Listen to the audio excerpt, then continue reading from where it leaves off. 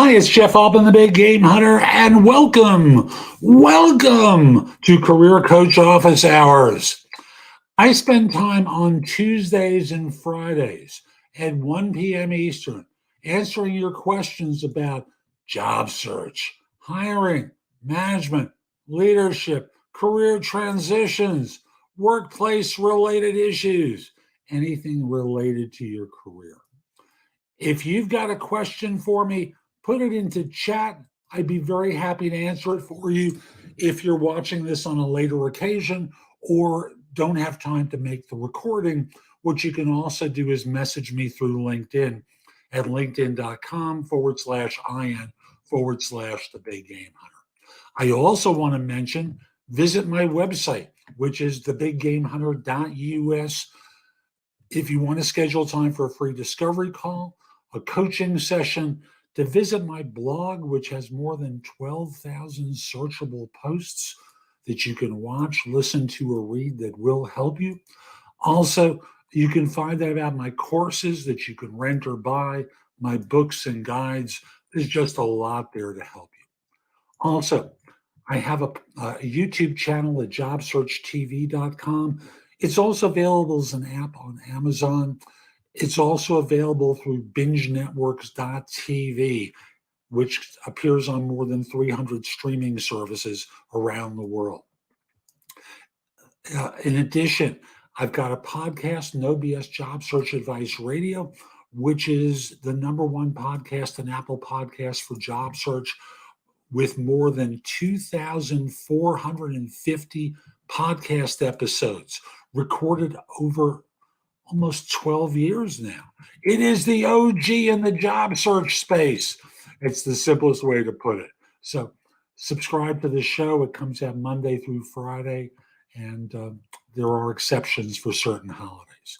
Lastly, I'm just going to remind you to connect with me on LinkedIn at linkedin.com/IN/the Big Game Hunter. Mention that you'll watch the live stream.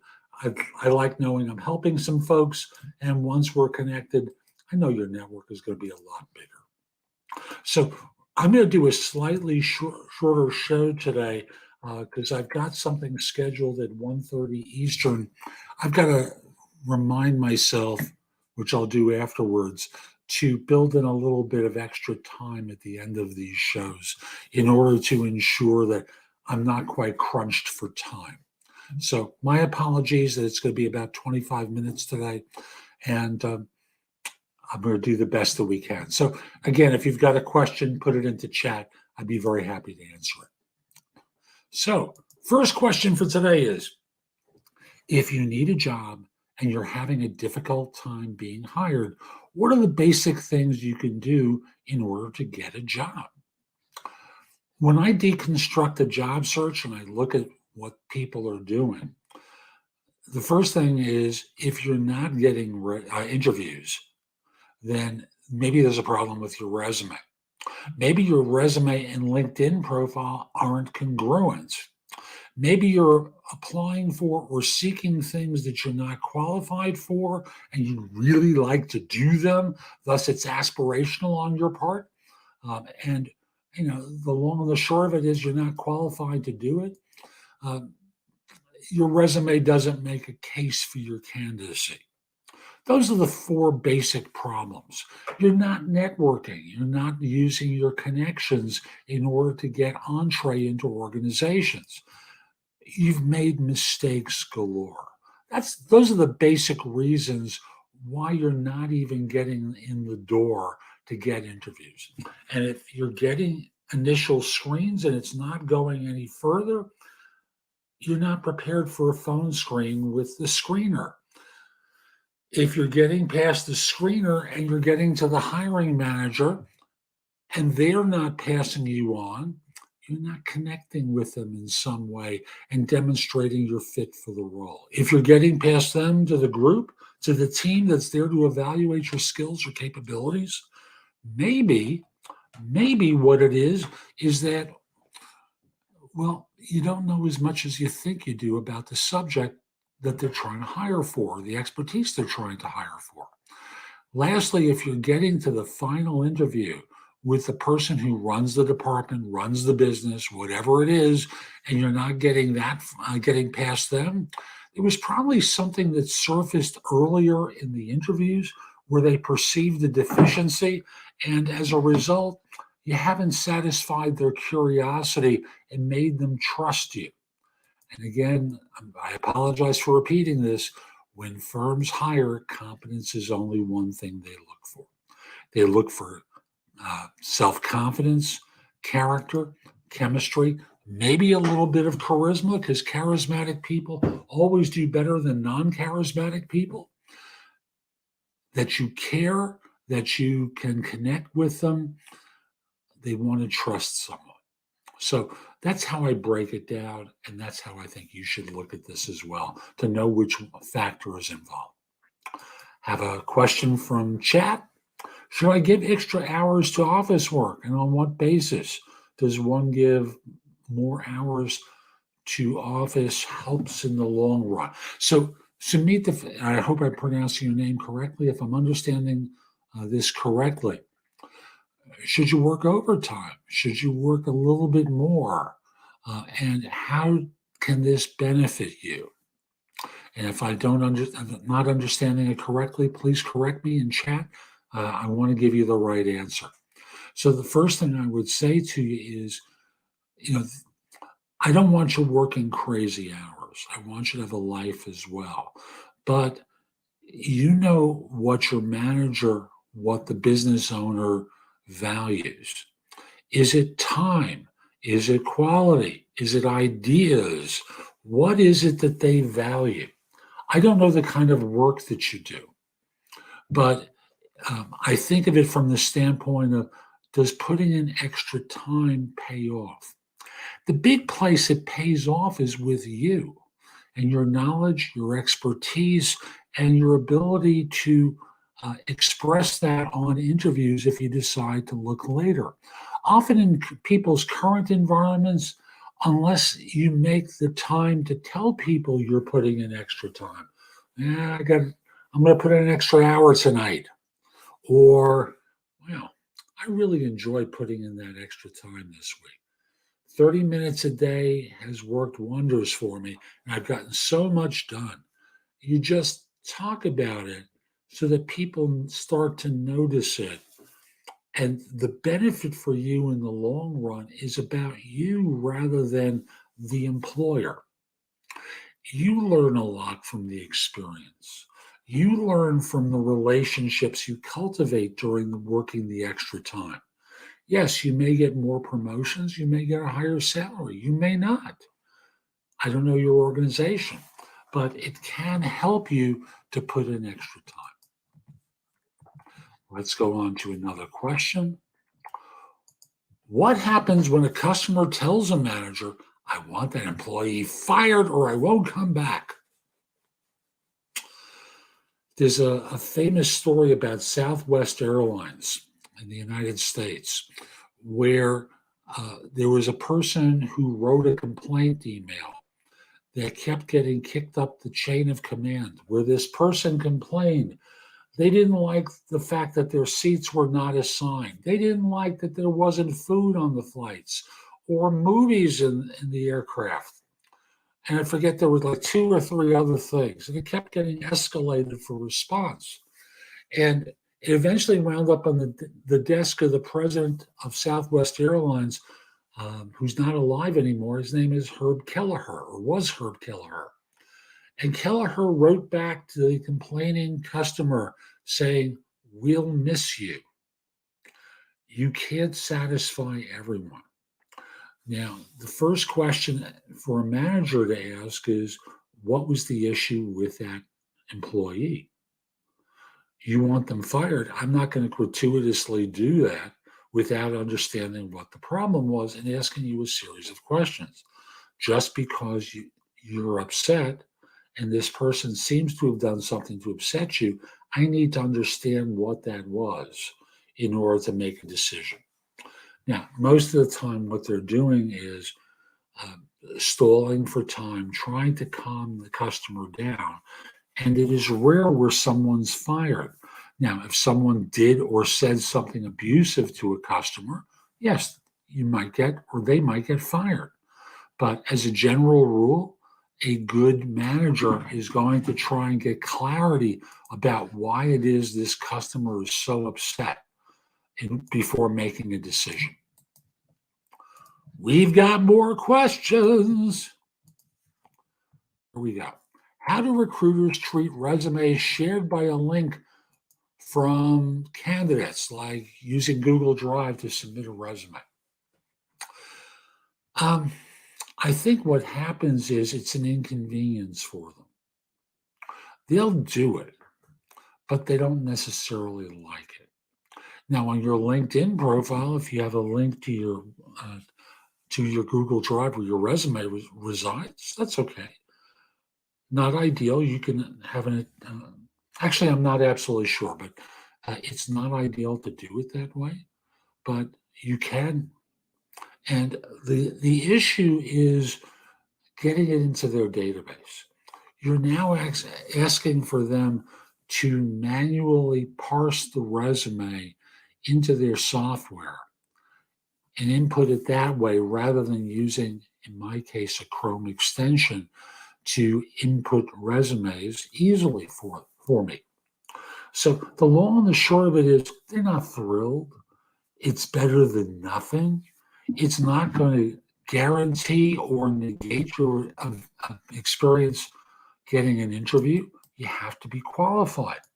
You have to be interested in the position. You have to be available. And unless your background fits, you're not going to go anywhere anyway. As a software engineering manager, when you see a junior engineer being more productive than a good senior engineer in your team, do you promote them immediately? Immediately is a term I wouldn't use because I don't know what immediately means to you. The next 10 minutes, in the next day, in the next week? Like, how immediate is immediate? The next part of this is I'd rather talk to the senior engineer and talk to them about their performance and basically say words to the effect of, I get the idea that you're coasting because the junior on the team is really knocking it out of the park. And then there's you, who's giving me less than performance. So do you promote the other person? No. You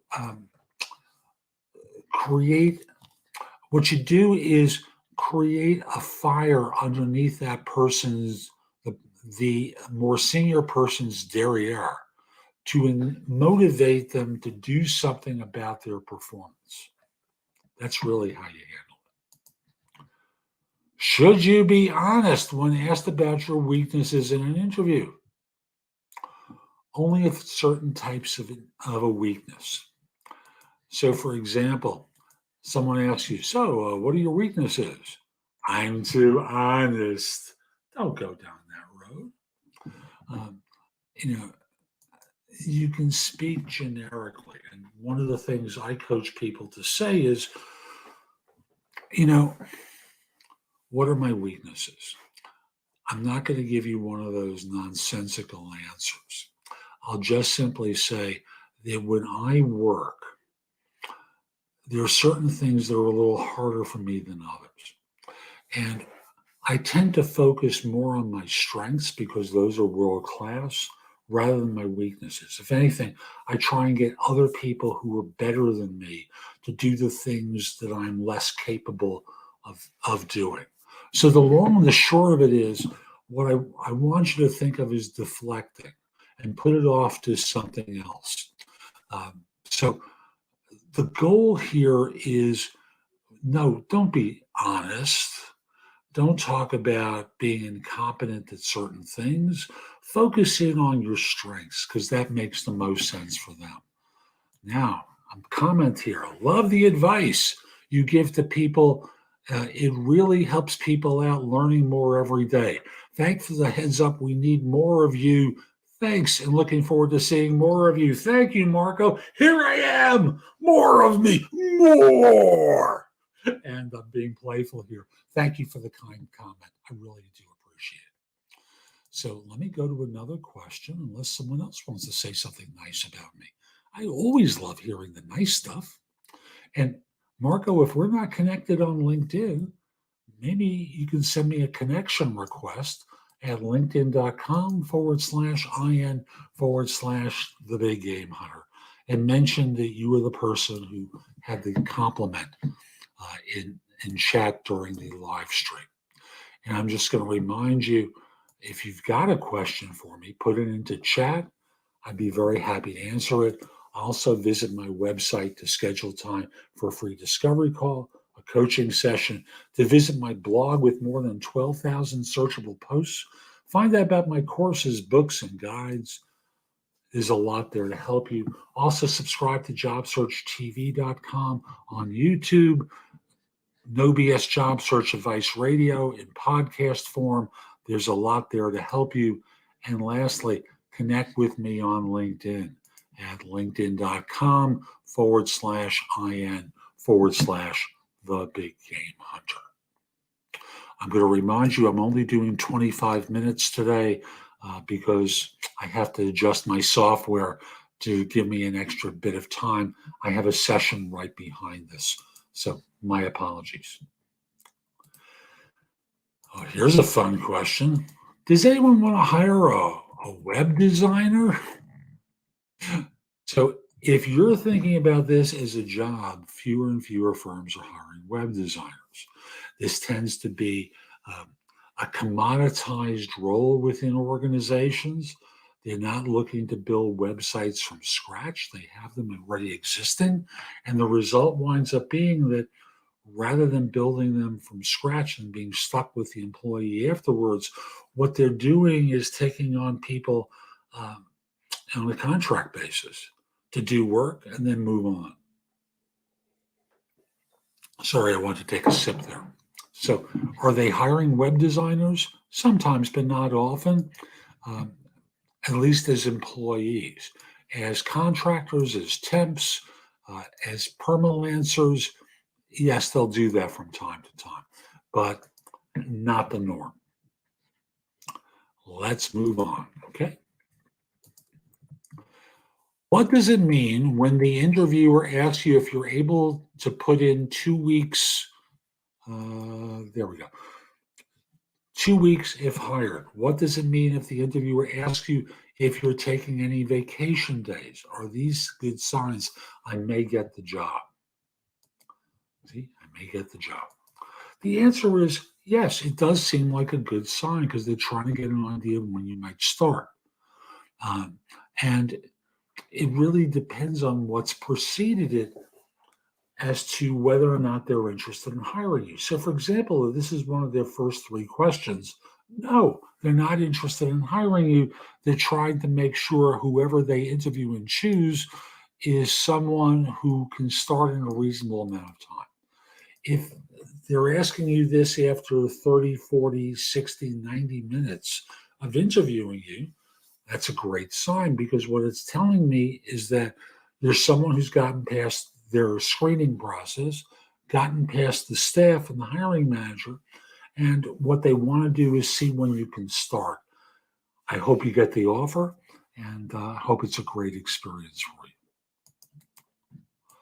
Let's go to another question. Do you need an ID card when applying for a job? No. But why are you interviewing for a position if you're not qualified? Seriously, why would you interview for a job that you're not qualified for? And thus, do you need an ID card? Sometimes to get past security in an office building in the United States, you need an ID card. Certainly, if you're trying to get into the White House, you do, by the way. Olivia, thank you. Great to see you. It's been a long time. And yes, rock star. I accept the definition. So do you need an ID card when applying for a job? To get into the building, to get past security in large office buildings, you do. Sometimes they're trying to verify identity so that you're not trying to scam them on an interview. But when applying for a job, when you're first submitting a resume, nah, not at all. Not at all. Let's continue on. Is it better to schedule interviews in the morning or afternoon or noons, or does it depend on the interviewer being a morning person or an afternoon person? Well, I think it has to do with whether you're a morning person or you're an afternoon person as to when you schedule. Because I want you putting on a great performance. One of the things I tend to think about is when you're at your best, when you can put on a good show, because if you can do that, you'll draw them in. You'll be able to attract their attention and mesmerize them, impress them, and make them delight in you so that in this way they want to hire you. If you're boring, it doesn't matter whether it's the morning or afternoon, does it? If you're not prepared for an interview, if you can't answer their questions, it doesn't matter. You're not getting hired, right? So, what's most important to me is when you're at your peak, and then from there, I tend not to think of early in the morning for most people. They can be distracted. I tend not to think of late in the day because often they're trying to finish up and they're already working late. So I tend to think of things after 10 a.m. Lunch hour is fine. I tend to think of things through about 4 o'clock as being viable, but not after 5 unless that's really something about your job security. But most of the time, I focus on you as the job hunter and your ability to put on a great show. So I'm just going to wrap it here and say, I hope you found this helpful. I'm Jeff Altman. Visit my website, thebiggamehunter.us. There's a ton in the blog that'll help you. There's more than 12,000 searchable posts there. You can also schedule time for a free discovery call, schedule time for a coaching session, find out about my courses, books, and guides. There's a lot there that'll help. Also, subscribe to JobSearchTV.com on YouTube. Download the app of the same name on Amazon. Watch me on BingeNetworks.tv. The app appears on more than 300 streaming services. So within the app, search for JobSearchTV, and you'll find me there. Also, subscribe to No BS Job Search Advice Radio. It's the #1 podcast in Apple Podcasts for job search with more than 2,450 podcast episodes so far and still going. It's the OG in the job search space. It appears on Apple Podcasts. Spotify is a video podcast. Google Play, Amazon Music, pretty much anywhere you listen to podcasts. Lastly, connect with me on LinkedIn at linkedin.com/IN/The Big Game Hunter. I hope you have a terrific day, and most importantly, be great. Take care.